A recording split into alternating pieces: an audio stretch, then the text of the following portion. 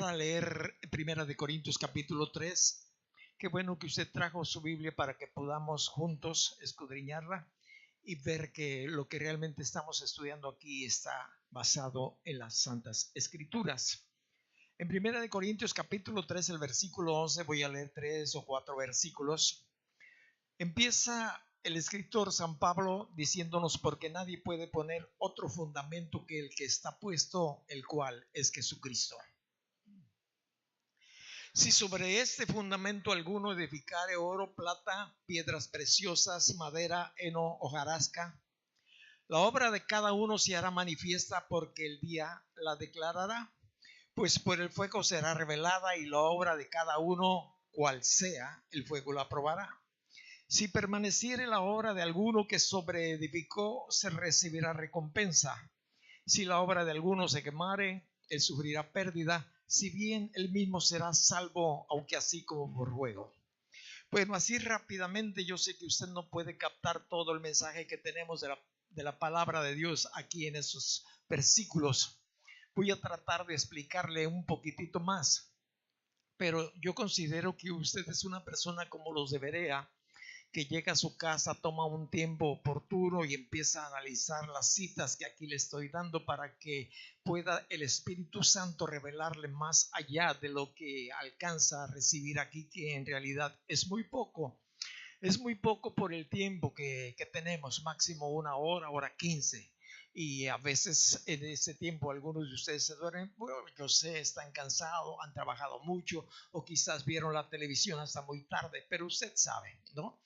Ahora, aquí vamos a verificar que lo que nos dice el Señor. Y yo, meditando en ello, verifiqué y pensé que lo que está haciendo aquí es como un albañil que está verificando la obra que se va a sobreedificar sobre un cimiento ya colocado. Es alguien, un arquitecto, un ingeniero que viene y verifica cómo está la obra. Y nos dice aquí la escritura que nadie puede poner otro fundamento que el que está puesto, el cual es Jesucristo. El fundamento es Jesucristo. No hay otro si queremos nosotros llegar al Padre. Es el único camino. Hoy en realidad podemos escuchar por diferentes lugares una serie de invenciones, todas son del hombre y que proceden del infierno, porque están fuera de la escritura, no son bíblicas. El fundamento, el único camino para llegar al Padre se llama Jesucristo, y este es el fundamento donde cada uno de nosotros que recibimos a Jesucristo como nuestro Señor, cuando lo recibimos, se empieza a sobreedificar sobre de ese fundamento, lo que nos quiere decir que toda obra pasada no es considerada. Voy a tratar de explicártelo un poquitito después. Bueno, el fundamento es Jesucristo. Ahora, la escritura nos está diciendo que cada uno de nosotros vamos a dar cuenta de lo que hemos fundado o edificado sobre ese fundamento, sobre la base de que Jesucristo es nuestro Señor, nuestro Salvador. Si sobre este fundamento alguno edificare oro, plata, piedras preciosas, madera, heno, hojarasca, nos da como una figura para que podamos entender las cosas que son perecederas y las que son imperecederas, es decir, lo que se termina, lo que tiene una fecha de caducidad y lo que es eterno. De esto es lo que el Señor trata que usted y yo aprendamos, si estamos edificando lo que realmente es eterno o es algo que tiene valor, quizás tiene valor, pero este valor se termina después de que la persona fallece. Y desgraciadamente hay creyentes que dedican más espacio, más tiempo para trabajar, para funcionar sobre lo que termina, tiene un periodo de caducidad, y lo demás, lo eterno, escasamente no quiero decir que sea malo lo demás, que se trata de hacer de bien. Simple, sencillamente frena uno el crecimiento espiritual, que es lo eterno. Si sobre de este fundamento alguno edificare, fíjese bien, nos menciona algunas situaciones que nosotros tenemos que meditar, y de algunos artículos que son perecederos aquí en esta vida. oro, plata, piedras preciosas. Hasta ahí en esta vida nosotros podemos entender que el oro pues difícilmente se puede, es más, es imposible. De la misma manera que la plata y las piedras preciosas que se consuman en este tiempo, en este siglo, como nos dice la escritura. Pero lo demás, es decir, madera, heno, hojarasca, esto sí es consumible casi inmediatamente. Pablo, el escritor, está usando ejemplos terrenales para que podamos entender los ejemplos espirituales que él quiere que nosotros conozcamos. Ahora, en la obra espiritual, en lo eterno, Dios nos está diciendo que la obra de cada uno se va a hacer manifiesta. Cierto día, lo que usted y yo y cualquier otra persona creyentes estamos haciendo después de que recibimos a Jesucristo como nuestro Señor, se va a declarar. Es decir, usted va a ver claramente qué es lo que hizo durante esta vida, si es eterno o no es eterno.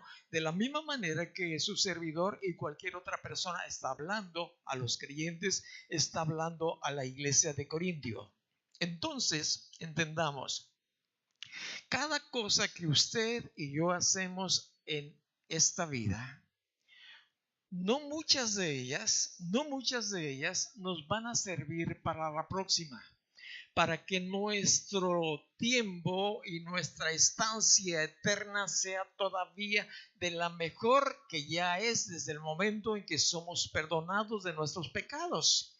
Pero hay premios, hay ganancia extra si nosotros sobreedificamos cosas que no se terminan durante toda la eternidad.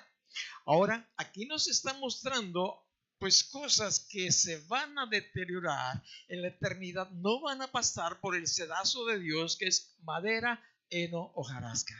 Ahora, la obra, dice el versículo 13, la obra de cada uno se va a hacer manifiesta porque el día la declarará, ese día después de que hayamos fallecido. Pues el fuego, por el fuego será revelada y la obra de cada uno, cual sea el fuego, la va a probar.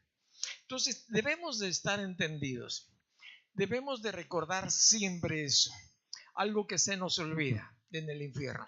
Porque cuando llegamos nosotros a Jesucristo, pues lógicamente nuestro nombre se escribe ahí en el libro de la vida, del cual vamos a hablar un poquitito de pasadita por allí.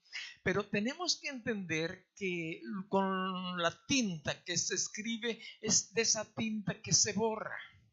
Es esa tinta que si nuestra manera de vivir no es correcta delante de los ojos de Dios y nos apartamos de Dios, ese nombre se puede borrar. Y una vez que se borra, no puede volver a reinscribirse. Tenemos que tener entendido. Por eso quise que proyectáramos este video para que podamos entender un poquitito más de aquello que se nos olvida, del tiempo que vamos a presentarnos o el día que vamos a presentarnos delante de Dios.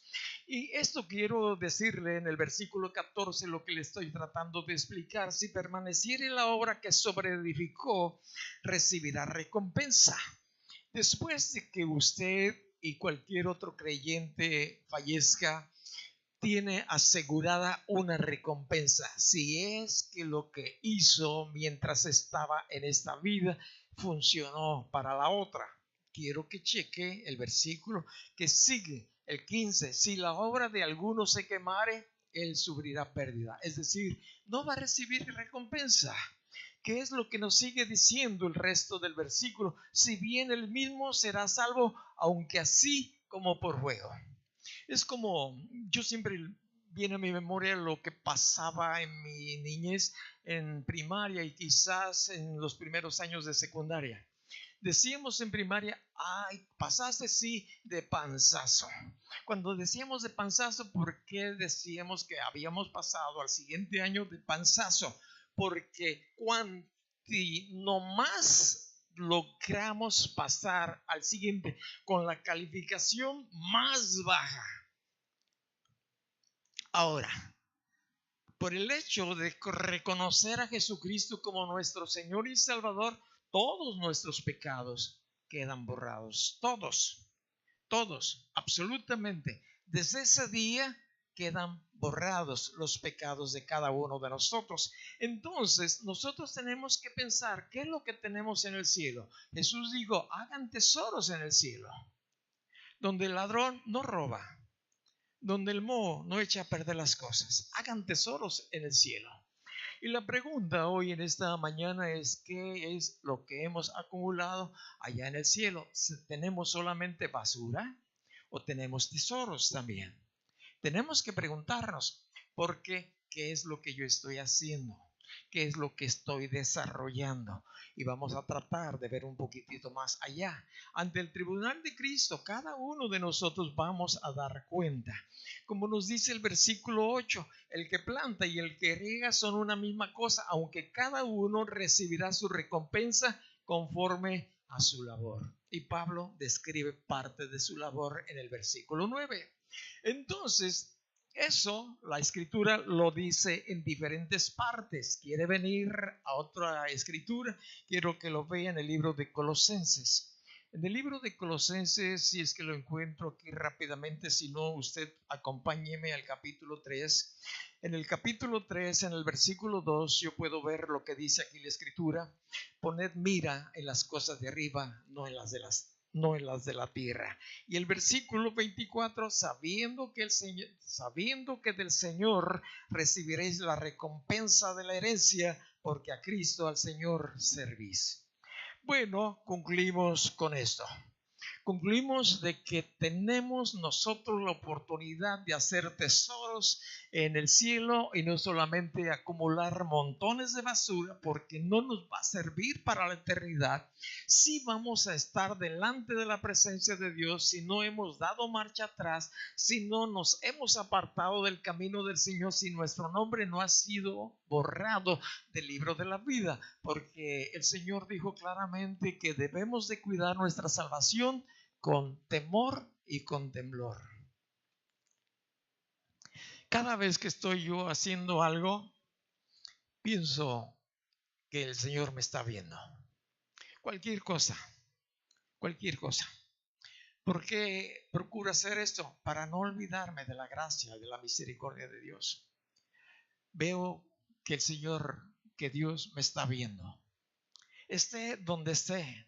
Y así yo puedo decir, estoy haciendo las cosas adecuadas o estoy aún cayendo en pecado. Yo sé que en muchas ocasiones me equivoco, como le pasó a Elías. Bueno, si usted me acompaña a Primera de Reyes, en el libro de Primera de Reyes vamos nosotros a encontrar que Elías tuvo pues un momento muy difícil al final de sus días. En el capítulo 18, voy a leer una parte del capítulo 18, pero todos ustedes ya conocemos la historia de Elías. Había tenido una victoria formidable. Había bajado Dios de fuego del cielo para mostrarles si Baal era Dios o Dios era Dios. Y ese era un comprobante para todo el pueblo de Dios. Y bueno, había 450 falsos profetas de Baal. Bueno, había pasado a cuchillo a todos ellos Elías, y después de tener esta victoria, el esposo de la reina Jezabel, Acab, va y le platica todo paso por paso lo que había ocurrido en el Monte Carmelo. Desde cómo edificó los profetas el altar, y cómo Elías le describió cabo a cabo cómo bajó fuego del cielo, cómo degolló a todos los profetas a los cuales sostenía Jezabel del erario del reino. Fíjate bien, cuando le había platicado todo esto, entonces ella lanzó un reto. El reto pues consistía en eso, consistía en que ella prometía, decía que a Elías le iba a quitar la vida en los siguientes momentos, en los siguientes días. Bueno, yo quiero que me acompañes a Primera de Reyes capítulo 30, el capítulo 18, el versículo es el 36. Nos dice aquí, cuando llegó la hora de ofrecerse el holocausto, se acercó el profeta Elías y dijo: Jehová, Dios de Abraham, de Isaac, de Israel, sea manifiesto que tú eres Dios de Israel y que yo soy tu siervo. fíjate bien, y que por mandato tuyo he hecho todas estas cosas. Elías no hizo las cosas conforme a lo que él creía, de ninguna manera, de ninguna manera. Todo lo que Dios le dijo, lo hizo paso a paso como él lo declara delante de Dios en su oración. Pero en el capítulo 19 nos dice, ahora lo que te acabo de narrar rápidamente, dice que Acab dio a Jezabel la nueva, capítulo 19, versículo 1, Acab dio a Jezabel la nueva de todo lo que Elías había hecho y de cómo había matado a espada a todos los profetas. Entonces envió Jezabel a Elías un mensajero diciendo: así me hagan los dioses y aún me añadan, si mañana a estas horas yo no he puesto tu persona como la de uno de ellos. Elías recibió un espíritu de temor. Un espíritu de temor que realmente le trajo una situación difícil. Y creo que esto nos pasa a todos. Hay momentos que hay un espíritu ahí de temor de hacer ciertas cosas. Cuando él recibió este espíritu de temor, procuró huir, alejarse de donde moraba Jezabel y Acab, el rey. Y tú conoces lo que pasó en el desierto mientras él transitaba, como Dios obró para traerle alimentación, al animarlo y decirle: levántate porque todavía te falta días para que camines. En el versículo 9 nos dice que después de que se levantó Elías y comió y se volvió a comer y después volvió a comer y luego se levantó y caminó durante 40 días y 40 noches. El versículo 9 nos dice que allí se metió en una cueva cuando él llegó a Horeb. Llegó a Horeb, al monte de Dios, es decir, como quien dice, llegó al trono de Dios. Y allí se metió a una cueva donde pasó la noche. Ahora escucha, por favor, presta atención. Ya está recluido en esa cueva. Está, según él, sintiéndose protegido. Cuando está ahí en ese lugar, viene Dios o escucha la voz de Dios que le dice: ¿qué haces aquí, Elías? Todo lo que había ocurrido en el Monte Carmelo había sido Elías obediente paso a paso. Pero nunca Dios le había dado la instrucción de que fuera rumbo al desierto y llegara a Horeb y se metiera a esa cueva. De ahí la pregunta que Dios le está haciendo: ¿qué haces aquí, Elías? ¿Qué haces? Y esta es una pregunta que yo me hice. ¿Estoy en el lugar que Dios quiere que esté? Y yo creo que es una pregunta que todos tenemos que hacernos. ¿Estoy en el lugar que yo debo de estar? De una manera general y cada día, ¿estoy en esta mañana en el lugar que debo de estar? Estoy en este mediodía en el lugar que debo de estar. Estoy en esta tarde, en esta noche, en el lugar que debo de estar. Porque Dios, aún con su delicadeza, nos dice dentro de nosotros: ¿qué haces aquí, Elías? ¿Qué haces aquí, Elías? Él había abandonado una tarea que Dios le había mostrado, donde iba a seguir victoria tras victoria. Ya le había dado un principio en este momento de lo que iba a continuar más y más adelante mientras él no huyera a un lugar donde Dios no le había dicho que estuviera. Bueno, había abandonado una tarea. Y yo te pregunto, ¿tú has abandonado alguna tarea que Dios te ha encomendado? Dios te ha dicho que donde tú estás, estás bien. O te trae a tu corazón un pensamiento que Dios quiere que tú medites y que abandonaste una tarea que Dios te asignó. Porque esto es muy importante, porque si no estamos en el lugar donde Dios quiere que estemos, simple y sencillamente lo único que vamos a acumular en el reino de los cielos va a ser pura basura, pura puro heno, pura hojarasca, pura madera, algo consumible casi inmediatamente en cuanto se le prende el fuego. No es algo perdurable. De ahí que Dios nos pregunta: ¿estás, Elías, en el lugar que yo quiero que tú estés? Yo me he preguntado muchas veces,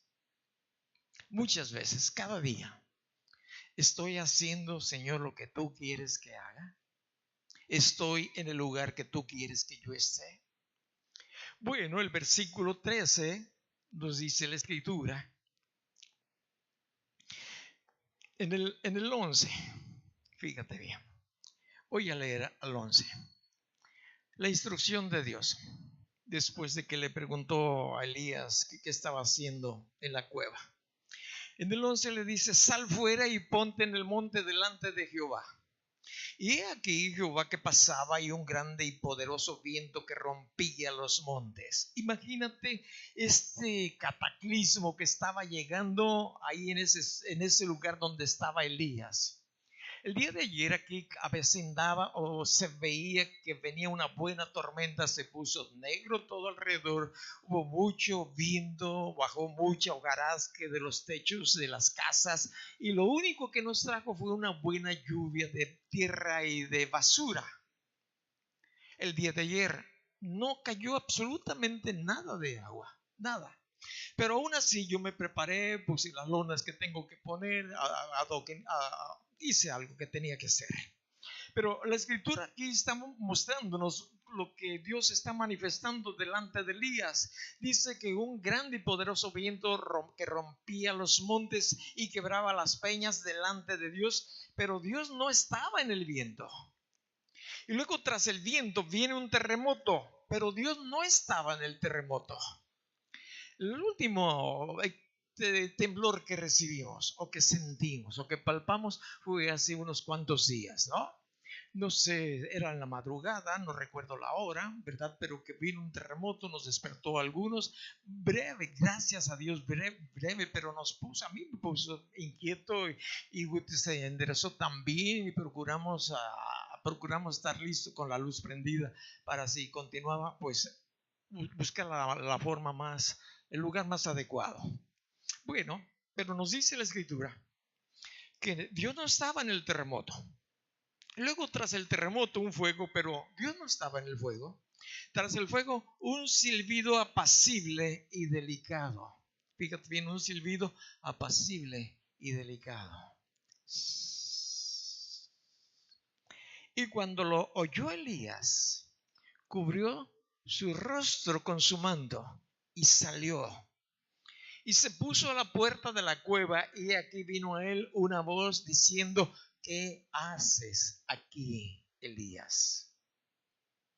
Dios le había mostrado a través de los elementos su señorío sobre todo lo creado, para decirle a Elías, o para mostrarle con mucha claridad, quién lo estaba cubriendo, quién lo estaba dirigiendo, quién lo estaba cuidando, quién le estaba respaldando cada cosa que él estaba haciendo cuando él escuchaba la dirección de Dios y lo hacía, para que diera cuenta que él era cuidado de una manera tan silenciosa, tan delicada, que debería de tener un oído tan sensible, pero había escuchado una voz que había procedido del infierno a través de una mujer llamada Jezabel, una víbora, un mensajero de Satanás, y prestó más atención a voces externas que a la voz de Dios. Y muchas veces nos pasa eso a nosotros. No somos sensibles a la voz de Dios. Somos más sensibles a voces que nos rodean. De ahí que muchas veces estamos nosotros haciendo cosas que no le agradan a Dios, y Dios nos insiste vez tras vez: ¿qué haces aquí, Elías? Yo puedo entender que Elías o no entendía o todavía no estaba viendo la gracia y el gran poder de Dios que fluía y podía fluir más adelante sobre su vida. En el versículo 14, él respondió: he sentido un vivo celo de Jehová. Y luego dice al versículo al terminar, y solo yo he quedado y me buscan para quitarme la vida. ¿Sabes que Dios no nos, sabes que nadie nos puede tocar si Dios no lo permite? Nadie nos puede. Yo sé que pasamos épocas, temporadas donde estamos bajo una presión y temerosos de mil y una cosas. Pero es que necesitamos refugiarnos en el Señor. Necesitamos ir a Él y permanecer en silencio para que Él hable en nuestro corazón y nos va a hablar a través de la información que nosotros tenemos en la Escritura. El Espíritu Santo no se va a salir de lo que está aquí escrito. Te quiero decir algo que pasó ese día. Por temor, Elías había dejado el camino que lo llevó al desierto. Atravesó problemas, dificultades. Dios no quería que estuviera en el desierto. Pero en ese capítulo 19, en el versículo 15, Dios le vuelve a decir: ve, vuélvete por tu camino por el desierto de Damasco, y llegarás y ungirás a Hazael por rey de Siria. A Jehú, hijo de Nimsi, ungirás por rey sobre Israel. Y a Eliseo, hijo de Safat, de Abel Mehola, ungirás para que sea profeta en tu lugar. Ese día, Elías perdió su ministerio. Ese día, Dios ya no lo pudo usar más en esta tierra. Ahora, fíjate bien, por temor, Elías tuvo que cruzar un desierto. Y para volver al lugar original, tuvo que retomar ese mismo desierto. Cuando Dios le dice: regrésate por tu camino, por el camino de Damasco. Tenemos que regresar. No queremos pasar esos momentos tan desagradables, pero tenemos que retornar. Yo una vez escuché al pastor Emilio esta figura. Dice: hay que observar a los niños. Los niños, cuando se caen en ese lugar, se levantan. No se van arrastrando hasta donde haya alguien que lo levante. Se levanta. En el lugar que se cae, se levanta. Yo recuerdo a papá que decía, cuando alguno de nosotros nos caíamos, los chiquillos, y empezábamos a llorar, decía: hijo, levántate y ven para consolarte, o levántate ven para mí para levantarte. Entonces pues nos teníamos que levantar e íbamos a papá para que nos levantara. Pues ya nos habíamos levantado, ¿no? Y Dios dice: levántate, levántate para poder sostenerte. Levántate. Tenemos que regresar al desierto. Tenemos que volver a empezar. Y Dios no ha terminado con nuestro ministerio. Dios no ha terminado con tu tarea que Él te asignó. No ha terminado, pero puede terminar. Le pasó a Elías. Ahora, te voy a decir esto, te estuve platicando esto, porque habrá dos juicios. Dos juicios. Ahora, dos juicios para las personas. Voy a retomar lo que la semana pasada dejé pendiente. Va a haber dos juicios. Y la Escritura nos dice en la primera carta de Pedro, en el capítulo 4, el versículo 17, la Escritura nos dice que el buen juez por su casa empieza. ¿Es cierto esto? Ahí está, léelo. Primera de Pedro, capítulo 4, versículo 7. El juicio va a empezar por la casa de Dios. Y la casa de Dios somos tú y yo, todos los que hemos recibido a Jesucristo como nuestro Señor, como nuestro Salvador. Ahora, una vez que tenemos nosotros asentado esto, tenemos que venir a la segunda carta a los Corintios y vamos a ver por iniciar este primer juicio que va a ser para el pueblo de Dios, la casa de Dios. En 2 de Corintios capítulo 5, el versículo es el 10. En el versículo 10 nos dice Pablo, nos dice Dios, nos dice el Espíritu Santo: porque es necesario que todos nosotros comparezcamos ante el tribunal de Cristo. Es necesario.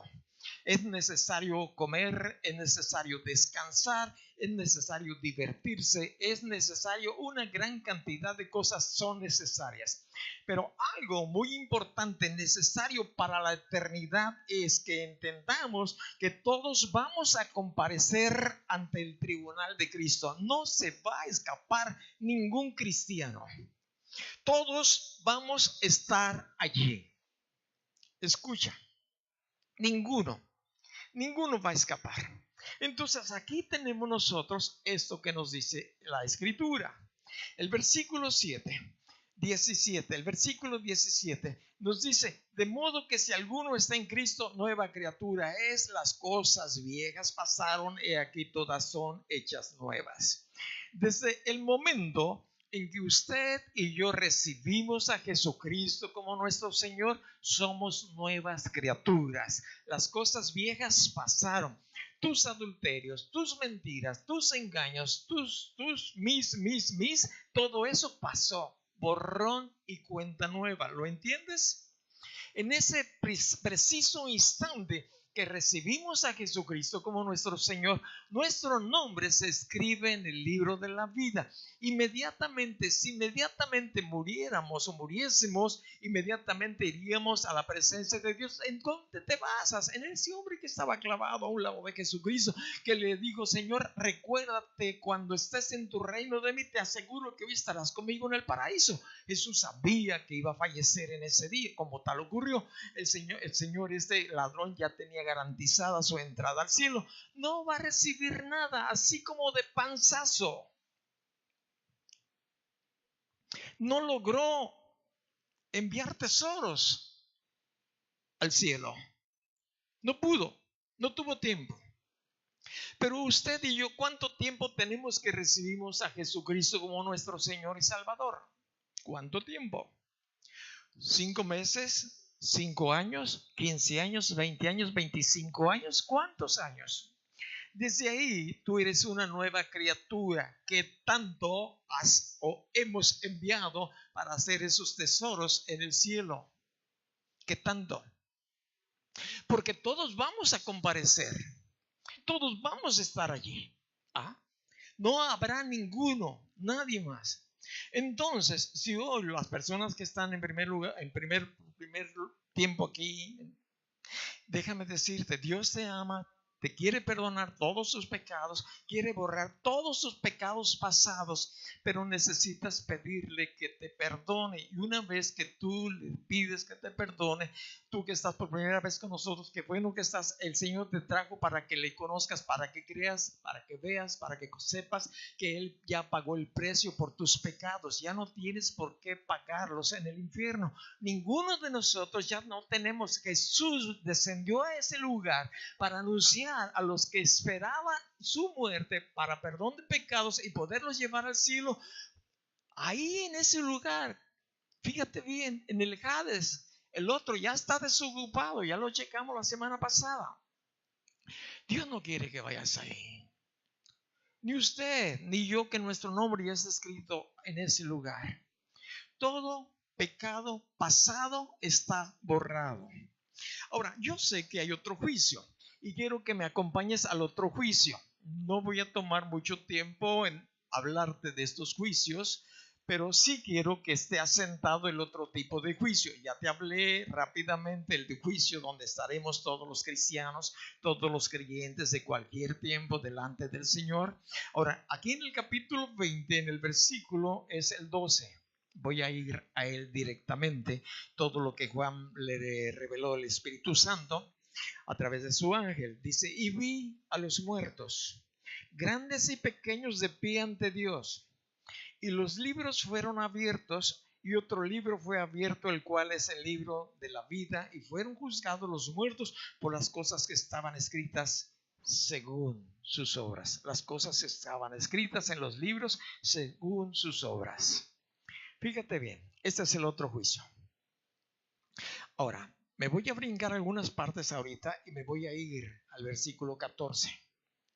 La muerte y el Hades fueron lanzados al lago de fuego. Esta es la muerte segunda. El versículo 15: y el que no se halló inscrito en el libro de la vida fue lanzado al lago de fuego. Allí, fíjate bien, no habrá ninguna persona que su nombre se haya inscrito en el libro de la vida y no se haya borrado. Solamente estará ese libro allí para comprobarle a los millones de personas, porque cada uno de ellos de la misma manera van a rendirle cuentas a Dios y solamente van a ser juzgados para recibir no premios, sino castigo conforme a todo lo que está escrito en los libros.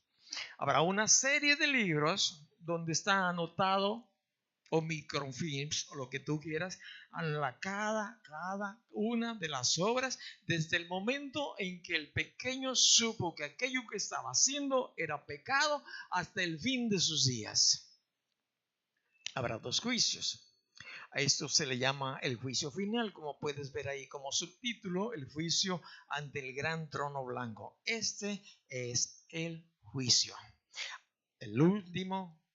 Ahora, voy a decirte algo. Sé que hay un problema en la vida de los incrédulos y de los creyentes. El problema es el pecado. Lo tenemos los creyentes como lo tienen también los incrédulos. Ahora, ¿qué podemos nosotros hacer? Si tú vienes al libro de los Hechos, que es el capítulo 3, la escritura nos dice qué es lo que nosotros tenemos que hacer. Bueno, mejor dicho, ya lo hicimos, es para aquellos que no lo han hecho. Aquí en el libro de Hechos capítulo 3, el versículo 19, dice Pedro, está dando ahí una conferencia a las multitudes que están frente de él, los miles de personas que habían escuchado algo maravilloso. Dice aquí el versículo 19, la solución para la persona que no se ha arrepentido de su pecado, que no ha invitado a Jesús como su Señor. Así que arrepentíos y convertíos para que sean borrados vuestros pecados, para que vengan de la presencia del Señor tiempos de refrigerio. Había miles de personas escuchando este mensaje. La Biblia nos dice que fueron 3,000 los que se arrepintieron. 3,000 que en ese instante fueron borrados sus pecados. De esos 3,000 que se arrepintieron, confesaron sus pecados en el transcurso del tiempo en que el Espíritu Santo les estaba revelando: tú fuiste un adúltero, arrepiente, confiesa tu pecado. Entonces la persona: ay, yo cometí adulterio, Dios perdóname, yo era un adúltero. Pero en ese instante ellos se arrepintieron de sus pecados. Si no hay arrepentimiento, no hay perdón de pecados. De ahí que la escritura nos está diciendo: arrepentíos y conviértanse para que sean borrados vuestros pecados, para que vengan de la presencia del Señor tiempos de refrigerio. Sin eso, el hombre, la mujer, no puede recibir absolutamente nada de Dios, nada. Para que Dios le escuche, tiene que hacer algo que la misma Biblia nos dice en el Evangelio de San Juan. Porque Dios no oye a los pecadores, pero si alguno es temeroso de él y hace su voluntad, a ese oye. Y hacer su voluntad es arrepentirnos, como nos dice aquí la escritura. Y el Señor entonces va a borrar nuestros pecados, lo que ha hecho con cada uno de nosotros, y quizás ya con los que están por primera vez con nosotros y no se han arrepentido. Dios les invita a que se conviertan, que se arrepientan, que le digan a Dios: Dios, límpiame de todo pecado. Ahí entonces es borrón y cuenta nueva. Espero que esto quede un poquitito más aclarado con respecto de lo que estamos viendo. Pero eso es para las personas que no se han arrepentido. Pero los que ya nos arrepentimos, los que estamos a veces pecando, porque si alguno no peca, es un mentiroso, dice la escritura. Y no falta personas que digan, creyentes, que digan: yo no peco, es un mentiroso. En primer lugar, ese es pecado, mentira. Todos pecamos, todos pecamos. Si tú querías parar la mano y decir: yo no peco, todos pecamos, todos. Pero hay una respuesta para el pecado. Y la encontró yo en la escritura en 1 de Juan capítulo 1, el versículo es el 9. Esta es la respuesta. Voy a leer desde el 18 para que entiendan lo que te estaba diciendo. Si decimos que no tenemos pecado, nos engañamos a nosotros mismos y la verdad no está en nosotros. Ahora, la condición, aquí la veo en el versículo 9. Si confesamos nuestros pecados, Él es fiel y justo para perdonar nuestros pecados y limpiarnos de toda maldad. Escucha muy bien, por favor, analízalo. Si confesamos nuestros pecados, esta es la condición. Ahora, ¿a quién tienes tú o yo que confesar nuestro pecado? Que tiene la capacidad, que tiene el poder de perdonarnos y de limpiarnos toda maldad. El único que tiene poder no soy yo, ni cualquier otro humano. Es Dios. Se llama Jesús. Si venimos a Jesús y confesamos nuestros pecados, ¿qué hiciste hace rato? ¿Qué hiciste ayer? ¿Qué hiciste la semana pasada? Que te anda remolineando por ahí, que no te permite tener esa paz. ¿Qué? Mentiste, robaste, hiciste algo que a lo mejor ya lo ocultaste bastante ahí, pero el Espíritu te lo está sacando de vez en cuando. Yo tengo algo pendiente ahí que quiero arreglar también, pero lo primero que tengo que hacer, fíjate bien, confesar mi pecado, decirle a Él: Dios, he pecado, y decirle cuál es mi pecado, reconocerlo. Ahora, segundo lugar, si hemos lastimado a alguien, si hemos ofendido a otra persona y el Espíritu Santo nos motiva que tenemos que ir a disculparnos o a pedirle perdón, hay que ir y pedirle perdón. A veces puede ser nuestra esposa o nuestro esposo o nuestro hijo o nuestra hija. A nuestros hijos sí, también los ofendemos, pecamos en contra de ellos. Quizás al patrón: he sido perezoso, me he escondido por allí y no hago el trabajo, no estoy devengando el sueldo que se me paga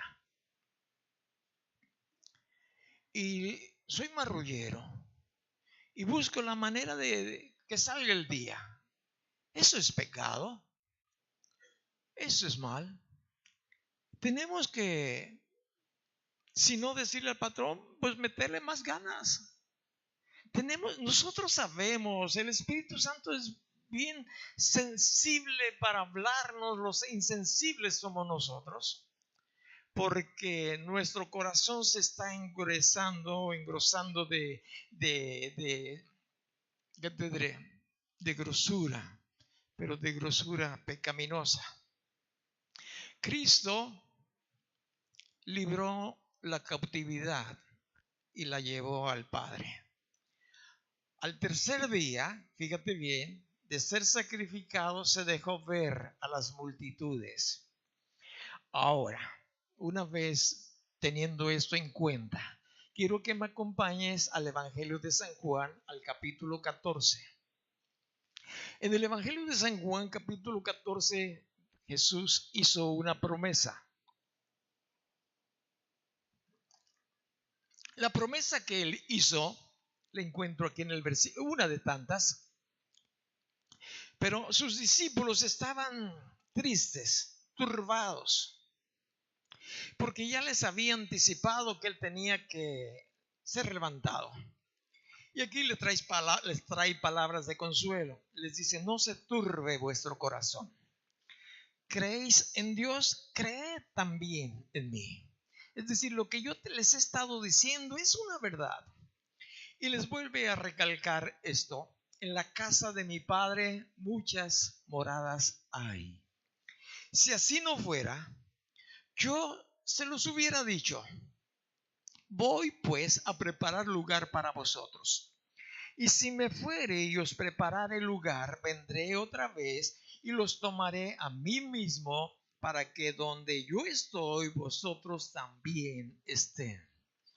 Esta es una promesa de Jesucristo antes de que Él fuese levantado del monte de los olivos.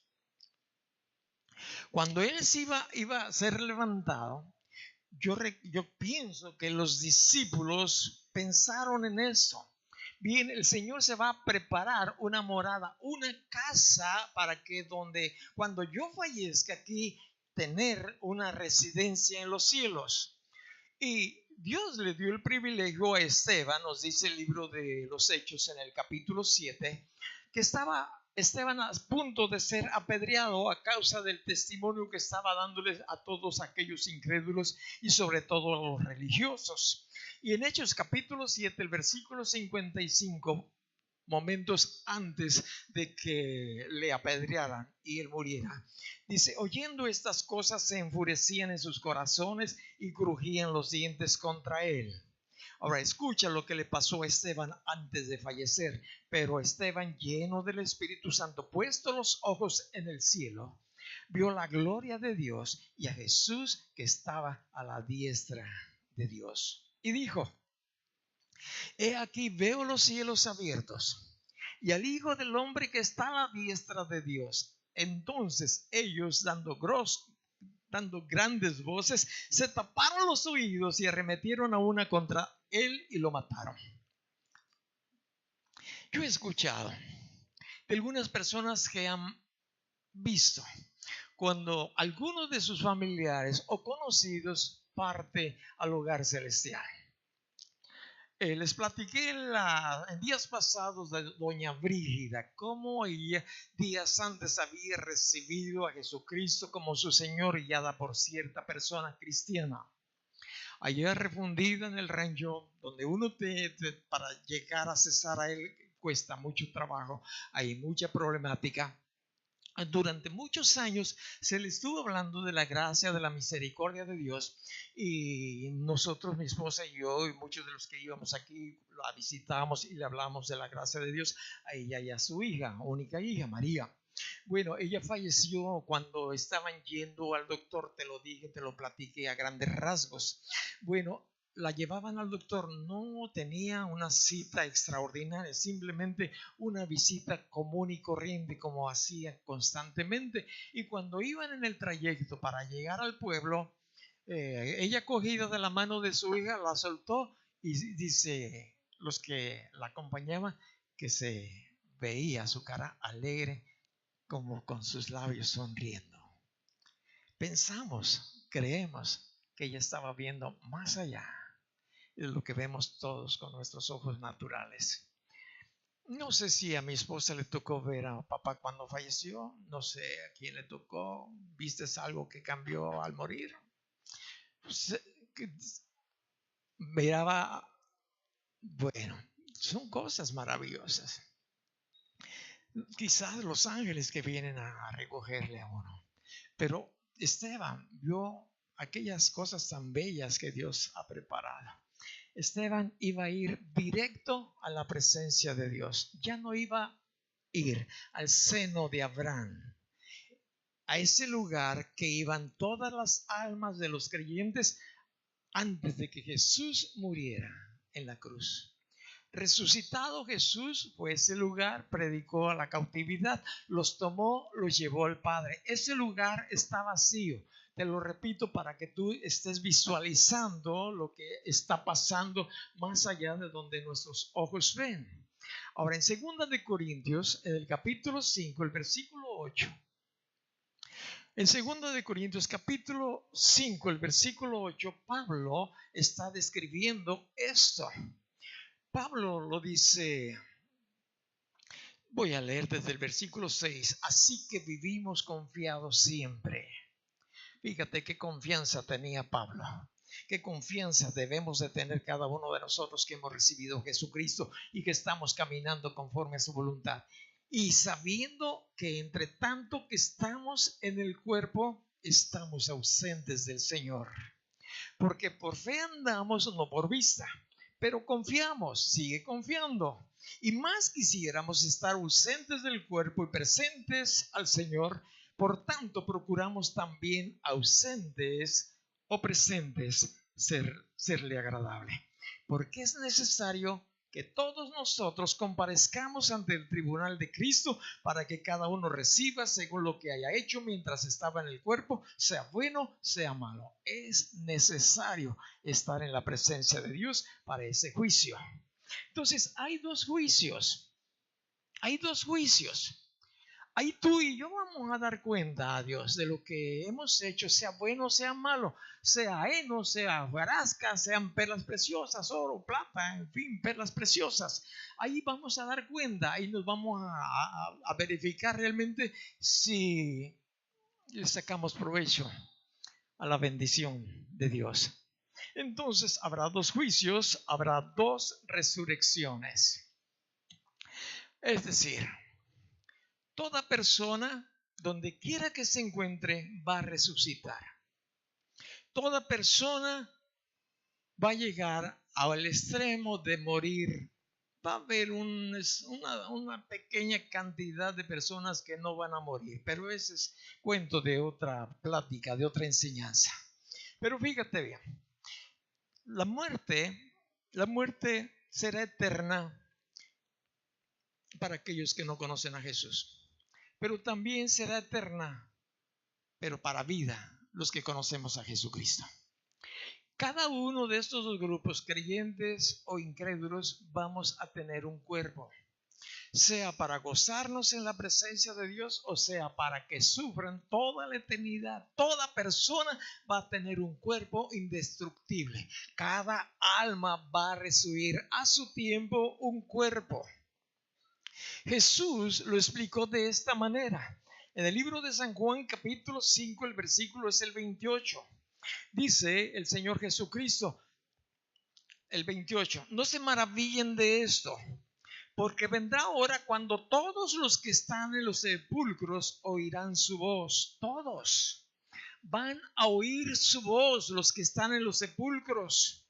Y los que hicieron lo bueno saldrán a resurrección de vida, mas los que hicieron lo malo a resurrección de condenación. Les quiero mostrar una caja. Ahí está. Voy a leer otra vez el versículo. Es el capítulo 5. El versículo es el 28. No se maravillen de esto, porque vendrá hora cuando todos los que están en los sepulcros oirán su voz. Y los que hicieron lo bueno saldrán a resurrección de vida, mas los que hicieron lo malo a resurrección de condenación. Todos los que estén en el sepulcro. Pero si tú vas al libro de Apocalipsis, describe que habrá personas que no estarán sepultadas. Bueno, ahora fíjate bien, ahí están los restos de nuestra hija Etel. ¿Los ves? Ahí dentro de esa caja. Son los restos. El día de la resurrección, fíjate bien, Jesús va a venir hasta las nubes. Estoy hablando de los creyentes de la iglesia de Jesucristo, no de nadie más, porque no quiero que se confundan. Viene solamente Jesucristo por los creyentes, y la primera resurrección serán los muertos en Cristo. La resurrección está compuesta de varias etapas, que quizás después te las enumero una a una, pero la primera etapa, fíjate bien, o la primera resurrección fue Jesucristo. De ahí en más nadie ha resucitado. El día que Jesucristo venga por su iglesia para hacer las bodas en el cielo, se va a llevar a toda la iglesia, vivos o muertos. Vivos o muertos. Los vivos se van a levantar, los muertos se van a levantar primero donde quiera que se encuentren sus restos. Los restos de mi hija están ahí.